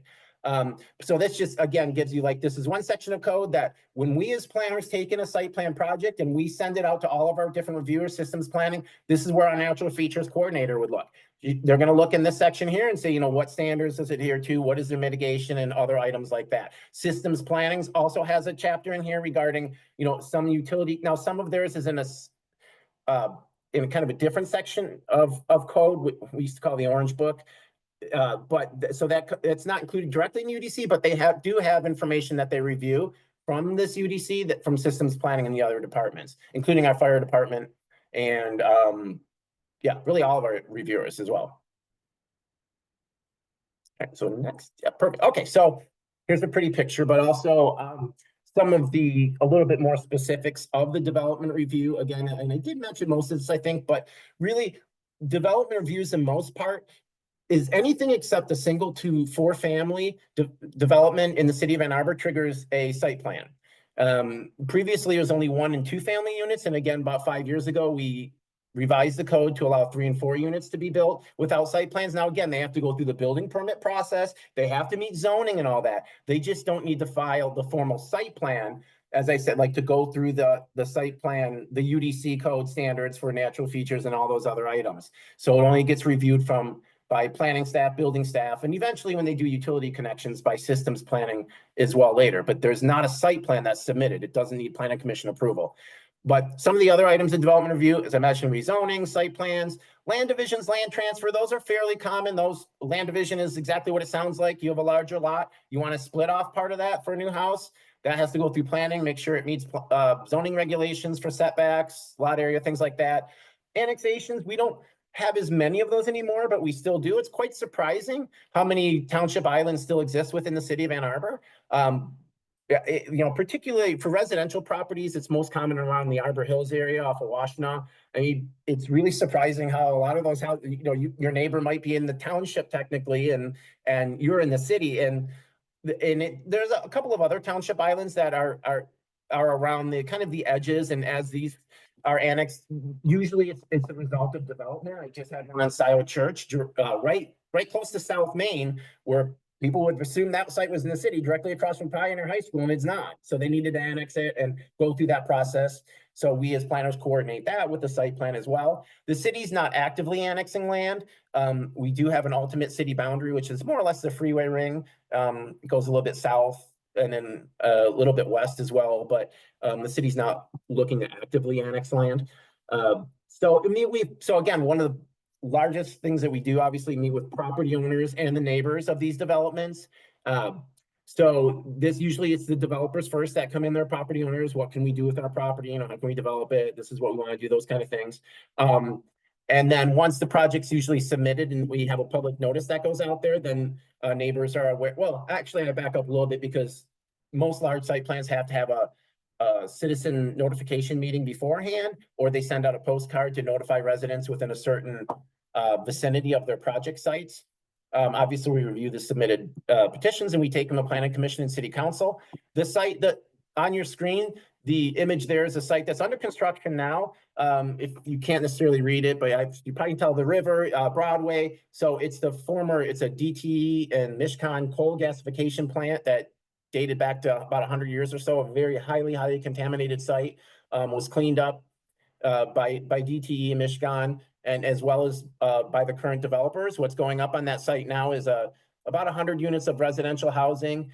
There's going to be a hotel, which is the orange one, a restaurant in the red, and a little bit of retail. The purple area, and this is a unique project in a couple of ways. It's the first one we have in the city that has it's public open space, all the green area that you see. However, it is not a public park. It is it's run by a private conservancy that was seeded with developer money. It's fully publicly open space, but again, it's not a city park. But as you can see, the bridge was put in fairly recently across the Huron River to connect the border to border through here. So it's real. And then the purple building you see on there is going to be a pavilion. There's a skating rink next to it, and they're going to have a canoe launch area there as well. So there's a lot of really exciting things with that project. As I said, it's just kind of starting construction now. You probably there's not actually any buildings going up yet, but the open space is finishing out. So that was a really exciting project. Took many years to develop and was very complicated. If we look at from a development review point of view, I mean, we involved many different departments in this process. So obviously natural features, floodplain, state departments. It was a very large complex. Now transportation with the bridge right there. Okay, so that covers that one briefly. Next one, please. Okay, so this is a different type of project. Just to interject, we have maybe like 6 to 8 minutes left for this section. Wait, but does that include yours? For you, No, so that I have some time. All right, yeah, thank you. Okay, yes. So I'll talk a little, but so basically, I just like this slide because it shows a neat little picture of the exciting things that we're trying to encourage in the city. And this is Briarwood Mall. TC1 zoning is directly to the right. State Street is to the right. The picture on the left, you see the whitish building, and the large empty parking lot is the Sears building. Large empty parking lot is probably one of the reasons why it's now vacant and gone. But you can see, and we've got a new development. If any of you have been out to Briarwood Mall recently, you could see that obviously the Sears is now gone and there's construction ongoing. And this is exciting because we've replaced a surface parking lot with 354 residential units, which you see that blank parking lot, the empty parking lot that you see there, that is entirely where the residential building is going. So with their own parking structure there. So taking a parking lot and replacing it 354 units is awesome. What's going in place of the Sears is a large grocery store, gourmet grocery store, and there's some retail going in as well, sporting goods. You can see from there in a small little retail. So, but it's a really exciting project because it's putting a lot of residents where parking was before. Okay, so next please. And just a different view. I'll cover this really quickly, but I like this because it's taken from the same perspective. So you can see, obviously, well, it's not quite existing. We did say existing, it's gone now, but that was the former Sears building. And then you can see literally taken from the same view what it's going to look like. So all this includes new stormwater, new landscaping. So it's just, again, what a great shot in the arm for the mall, the vitality of that area, as well as, and just for providing housing for people in general. I think we're South University really quick. So this is a different type of project again, more of what's very visible to a lot of people. This was open in the fall, Vic South. So South University, it's between East University and Church Street, a student development, of course. But so there's different issues that we look at with this. We involve the DDA with reviews like this because this is right downtown. You know, they don't have parking on site. There's no natural features, but we do have, you know, all the departments still look at it, but in some ways it's simple for development. But this is one that gets really complex for our staff, like systems planning, because utilities, things like that, these buildings, that gets really complicated working in tight spaces with some utilities that have been in there 100 years or so. So this is a unique example of a different type project. And what we do, you want to flip to the next slide, please? The next, so what we do look at for downtown, which we don't outside of downtown, is we do have design standards. So this is the building, how it looks today, basically. And so this doesn't have the materials directly on it, but so we have limited design standards in the city of Ann Arbor, but we do have some for downtown projects. What we look at as something like this is They have to have step backs after a certain level, like the second story. I don't know if you can tell from this, but it's stepped back a little bit. The ground floor has to be fairly transparent. So you don't have just a brick wall on there. There has to be modulation, as you can see, so it's not with just one complete flat front. So these are different type of issues that we look at with downtown projects versus, say, the one at Briarwood. Again, all of these go through the same review. They review by the same codes. It's just necessarily that some of them just don't apply. Obviously, on this site, there are no natural features. So it just gives you an interesting development review sample of all the different type of projects that we see. Some of them, the Briarwood one going back did involve a rezoning. This one didn't. This is a by right D1 project. Went to planning commission for final approval. And again, I just actually walked through it today looking at the bicycle parking room. So it's up and running and they're already planning for the next one around the corner. So that might be my last slide, I think. Awesome. Perfect. I think we got you. Oh, awesome. Take it Thanks, away, Matt. Michelle. Yeah, so you can see how busy the planning department is. If you see all the cranes in the sky and all of that construction that's happening, a year, maybe longer before that, Matt was going through all of these projects, making sure that they complied with all of our standards, working with all of those different groups. So let's talk now about long-range planning. So I'm going to go between those two terms, comprehensive planning, long-range planning. They are fairly interchangeable. Like I said, we are planning currently for 2050. And so for some of you, if you are pretty involved already with what's going on in the city, you might think like, another plan? You have so many already. Like, here's a list of some of the ones that are just on our planning website. And so a lot of these plans are actually being consolidated and updated into the plan we are currently working on. And then some of these are complementary because the topic is so complex that it requires its own plan. So for example, those last three, our newest ones, those are going to remain on the books. The 820 carbon neutrality plan, where the city hopes to become carbon neutral by 2030, that will stay. We are going to do our best in our comprehensive land use plan to complement that and collaborate where we can. Similarly, with the transportation plan, to look at all of our different networks, to look at how much traffic they can handle, to look at their state of repair, to think about how on top of that we can add sidewalks and bike lanes, required a whole separate plan. And that's where when you see some of these new things happening, they come from there. So when we do implement things, they are generally based upon years of research. And a public facing plan. Similarly with parks and recs, we have 162 parks. All of those are inventoried for a park and rec plan. So they go to every single park. They rate the condition of every single feature in the park. That's a very time consuming process. So that is separate as well. So we do plan a lot. We are not a business that makes widgets. We are service providers is how we think of ourselves, and are constantly planning for the future. So let's talk more specifically about comprehensive land use plans. And I think you can break down a lot of city plans in this very format. It's an inventory of what we have, and I'll go over what that means in this context. Then we want to know what we want as a community. And then thirdly, we want to know how do we get to what we want.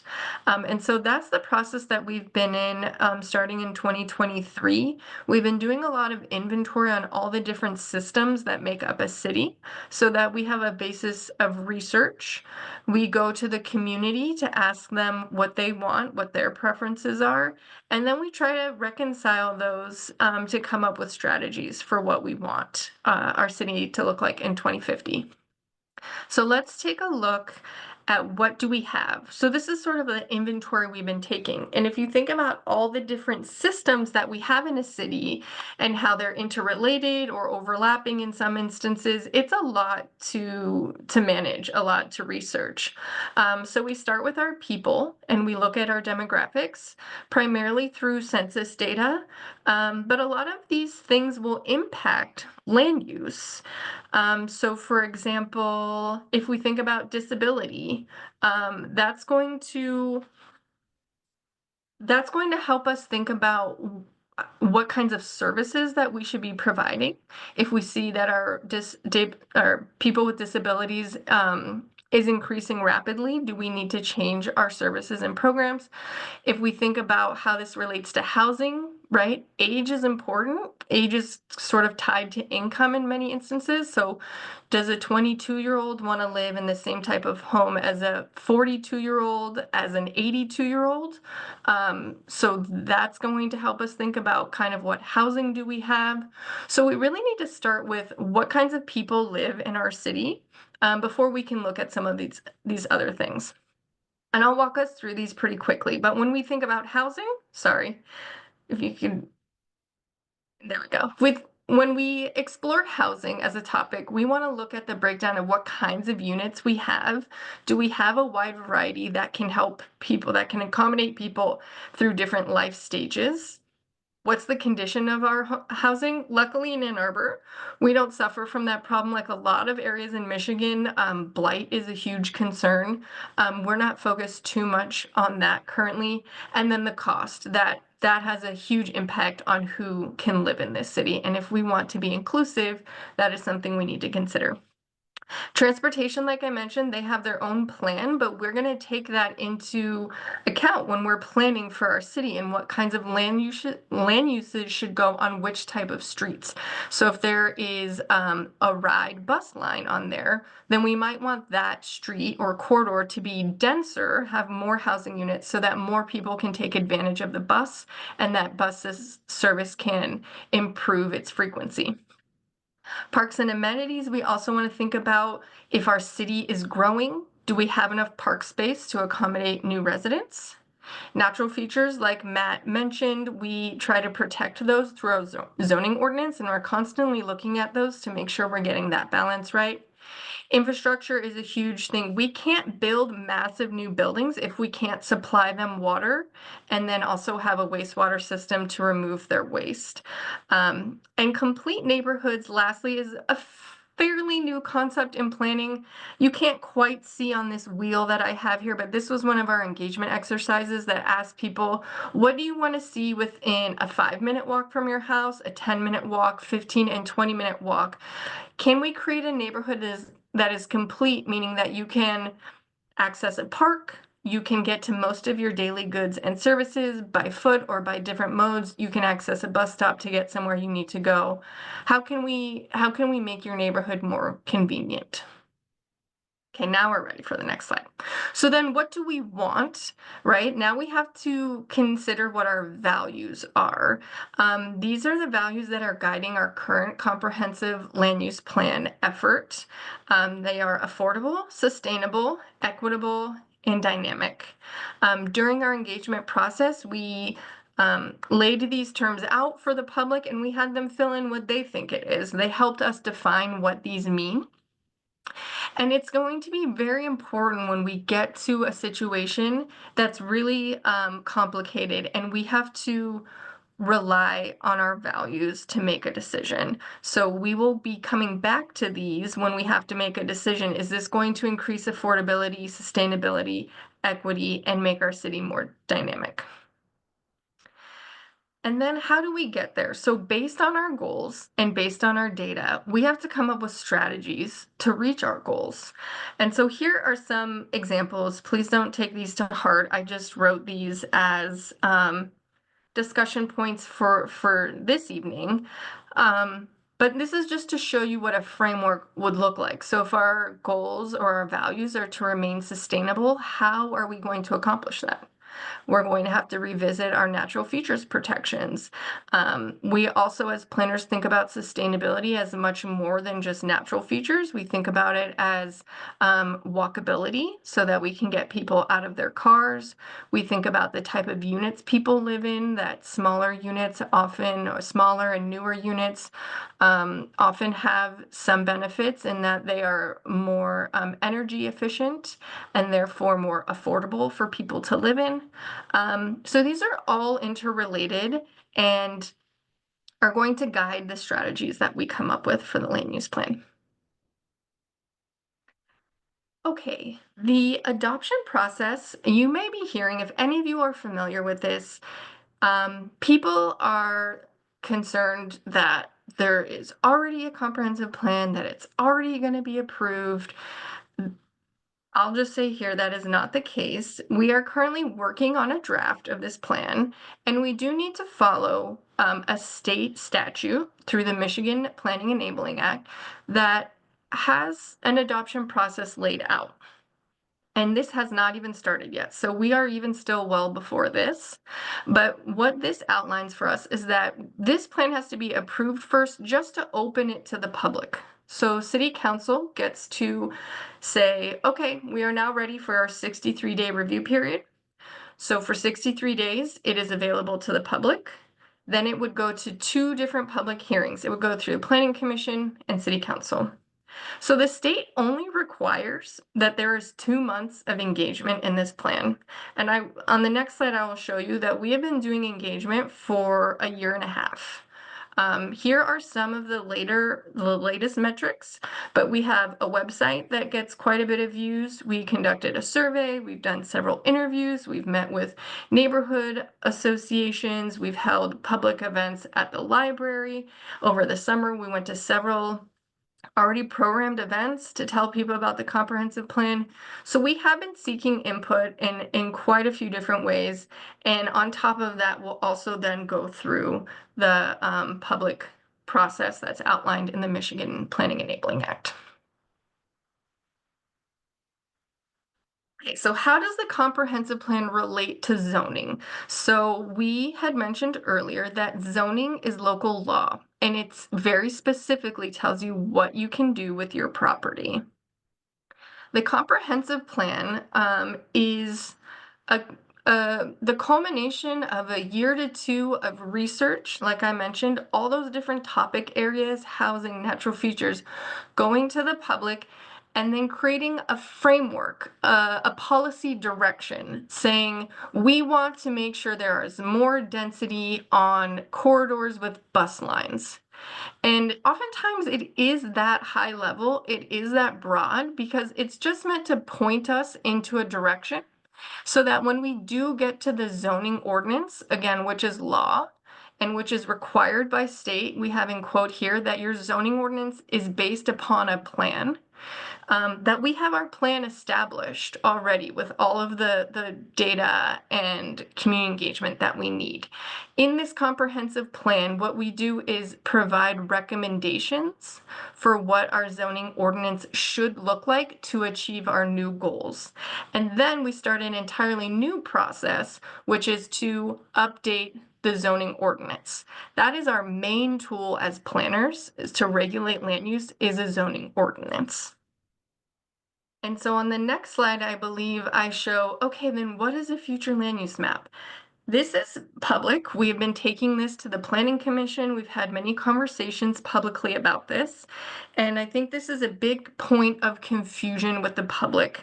I think there is a misunderstanding that upon adopting this comprehensive plan, that the whole city is going to be rezoned to look like this. And like I just mentioned, that's a whole separate process that we have not even started yet because we are still focusing on what our policy framework would be. So as a part of the comprehensive plan, and again, this is a requirement in the Michigan Planning Enabling Act, is to develop a future land use map. So you can see here on this legend that there's only 4 categories. Those bottom 3 just are indicating what's publicly owned land.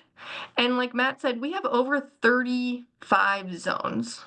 So ultimately, there's probably going to be somewhere in the middle is where we land.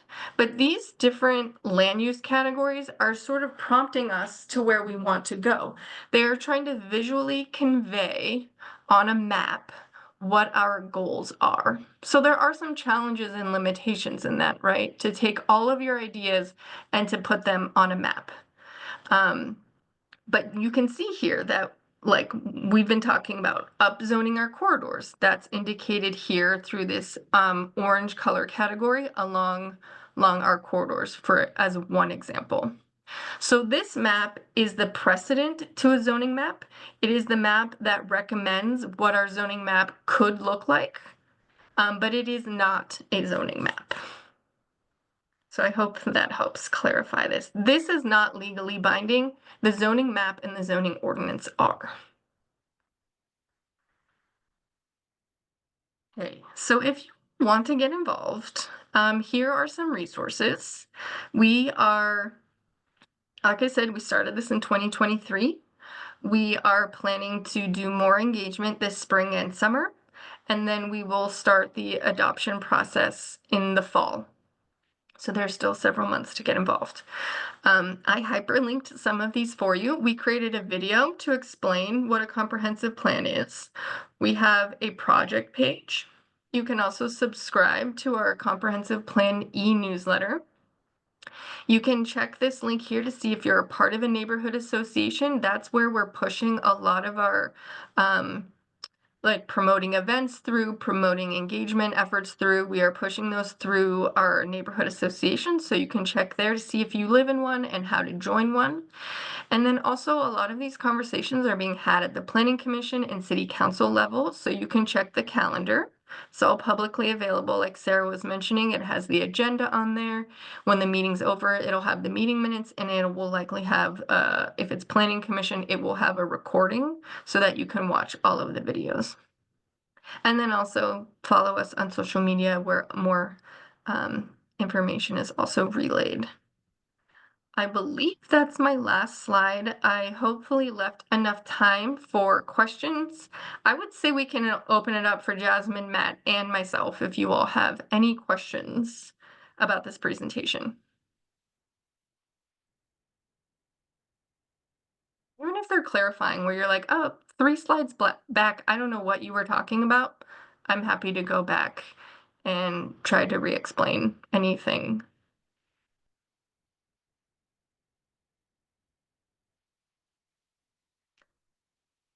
Erica. Hi, I actually don't have any questions. I just wanted to say great job to all of you.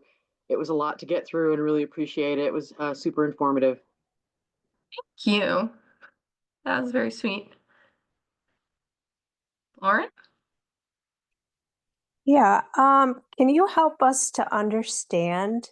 There was mention that there's 14 historical districts. Mm.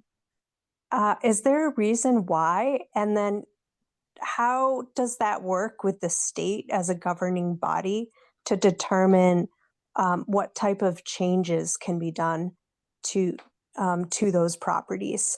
I ask because that seems like a significant portion of the city's total land.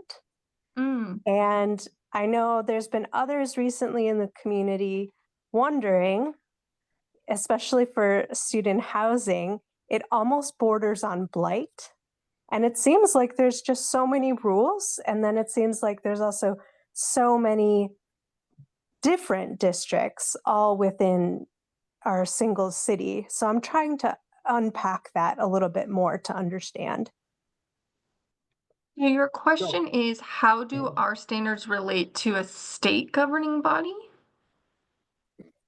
Yeah, because that was a question that was brought up in a recent city council meeting where someone was asking about how come the historical districts are not being included in increased density plans, especially for those in proximity to downtown. Mm-hmm. And there was mention that it had to do with some state regulations. So just trying to understand that more. So I'll can say speak to- this, we will try to answer your question. We do have a historic preservationist, so if you are not satisfied because we don't know the entire answer, you can email us and we will forward it to her, who can provide you a better answer than we can. But okay. Matt, do you want to try to Yeah, start? absolutely. Yes, yeah, but that's a great response, Michelle. That's partially what I was gonna say is but I think I can answer some of it is that the standards for the historic districts are the same. Ideally, we use across like all the historic districts have the same standards. A lot of the standards that they base on are from the Department of the Interior, basically. So they come from the federal level. Now we do have to, so a lot, they use Department of Interior standards when weighing through historic district improvements, like they have a bunch of standards that they literally go through to see whether this is appropriate or not appropriate. The historic districts, it doesn't, well, so a little bit of what you touched on as far as that density or what was brought up at the council meeting, I don't know exactly, but what I could say is that this historic districts don't preclude, they do not eliminate or have any restrictions on density whatsoever. What they do limit is the exterior, is the form. So the building form and everything else like that. So the comprehensive plan, so basically, again, like if you have a building, if you did no changes to that building on the exterior, if the comprehensive plan comes back and the zoning changes and allows more units in that building, they could add those in there. If it's all internal, the historic district regulations don't apply. However, as soon as you start doing, as I said, vents and windows, everything like that, they do. So this by itself, historic district does not eliminate more density, but it does make it more challenging because of those standards. But we also have to adhere to standards by the State Historic Preservation Office. So that's where the state comes in to maintain like our, I'm going to mess this up a little, but like certifications, basically, we have to maintain certain standards for our historic districts. So that's where the state control comes in, as well as we use standards from the Department of the Interior at the federal level. So all of these, but they're same across all of the different historic districts. And some of them are quite small. We have a couple of historic districts that are 1 or 2 properties. The largest obviously is the Old West Side, which everybody's familiar, in the 4th Ward. But if you want more specific questions, and creating a historic district is a very long and involved process. It's not simple, but it can be done, obviously. I'll add the 2 things that I've learned, but again, I would ask Sarah, if you're giving out our contact information, for you to follow up with us so we can get you to someone who's does this daily. But in a historic district, there are contributing properties and non-contributing properties. So a contributing property, I believe our standard is if it was built before 1945. Those have the greatest protections because those are considered historic. So the new density, say something were to change within that historic district, say the zoning were to increase density, I do believe that that would mainly apply to the non-contributing homes. And then as I've learned, the HDC, the commission, they also are allowed to, like, character is sort of one of their criteria. So if your structure right next to a 1901 home were to tower over it and be very modern, I do think you would face probably some pushback from the HDC. I don't want to speak on their behalf because I have not worked with them, but they are trying to maintain a historical character as well. And so that could be a potentially limiting factor for density. So follow up with us if that wasn't helpful. We have another question in here that I also want to get to. So we only have 2 minutes left. Sure. Thank you so much. Thanks. Okay, so this question is, so with the future land use maps functioning as a sort of strong recommendation, would there be regulations around going against it if it's such a strong recommendation? I don't know if I fully understand this. The future land use map right now is still a work in progress. Like I mentioned, we are still drafting this plan, and there are still several meetings left to be had with the Planning Commission over this. By state statute, they are the official authors of this plan, and they have to recommend it to council for it to be approved. So if you're implying that you have some concerns about it, you can still come to Planning Commission meetings and share those.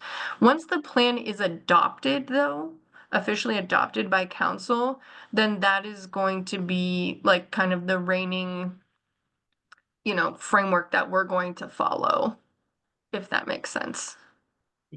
Feel free to ask a follow-up if you want to unmute or add something. And I think you could, like, I'm not sure again exactly where this is going either, but I think like so again, even if it's enacted and there's strong support for that, would there be regulations around going against it? I think if you're asking, like, basically if the new comprehensive plan, can somebody do something that's not recommended? In line with the future land use map? Or against it? Yeah, which you can, but you have to really justify it. And I don't know that people would approve it, but in theory, as we've said, it's not the law. It's not zoning. It is a guide. So it would be really difficult to go against it, but in theory, it could happen. Yeah, so the future land use map, because it's not law, it's only as powerful as you give it credit. So if it says one thing and then the planners keep undermining it with every decision that they make, it's pretty useless. So the idea is really to uphold it as much as you can because you've spent so much time creating this vision. And so we do want most of our decisions to align with the future land use map. But it's also very challenging, right? Because a lot of these plans are only updated every 10 to 15 years. And so if the market changes wildly or trends change and everyone's going in a different direction and one of your categories is turning to be obsolete, there may be a few instances until you update that future land use map that it's not followed perfectly. I see, Sarah, we're right at 8:30, so I want to respect everyone's time. Thank you so much. This was really, really engaging. I really appreciate all of our participants for engaging with our systems planning and our planning department. Thank you all so much. Next week will be sustainability and IT, and that will be via Zoom. And so, yeah, that's it. Thank you guys so much. If you have any questions, please, for any of the folks here or any follow-up questions, please reach out to me and I will get you to the right person. Thank you. Okay, thank you all. Jasmine. everyone. Yep, bye. Thank you.